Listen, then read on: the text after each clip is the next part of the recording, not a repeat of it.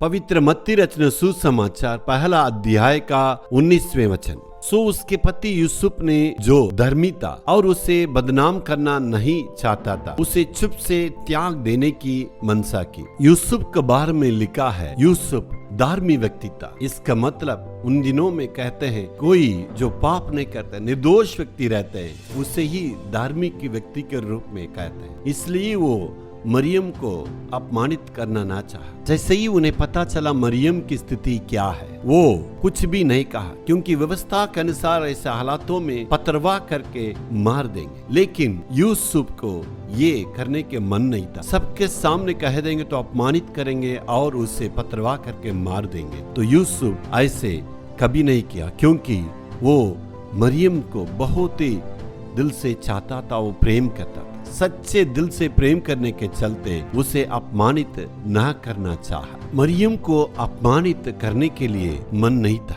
खुद ये अपमान को सह लिया। सारे लोग कहे होंगे शादी के पहले ऐसे कुछ बातें हो गई है, मरियम को ऐसे हम सुन रहे हैं, तो उसने कुछ भी नहीं समझा और मरियम को ऐसे ही ग्रहण कर लिया। जी हाँ मेरे प्यार, ये प्रेम है।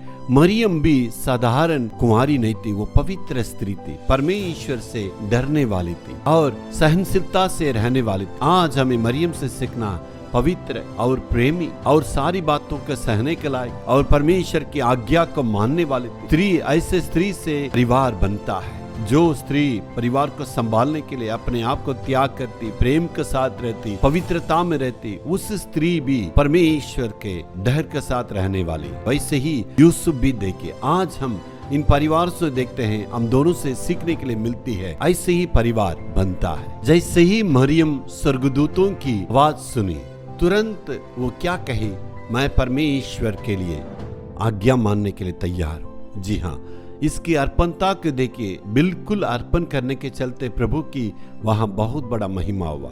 जी हाँ, आज पति और पत्नी के बीच में इस प्रकार की समझदारी और हमें सहनशीलता की आवश्यकता है, अर्पणता की आवश्यकता है। पत्नी पति के लिए पूरे दिल से आज्ञा मानना है और उनके लिए पूरा पूरा अर्पण करना है। सहनशीलता होना चाहिए, एक दूसरों की गलती को हमें सहने की आवश्यकता है। पति भी ऐसे पत्नी की कमियों को सहन के वैसे सहने से परिवार ऐसे बनता। उसके द्वारा परिवार में प्रेम प्रकट होगा, उसके द्वारा प्रभु की महिमा प्रकट होगा। हालेलुया।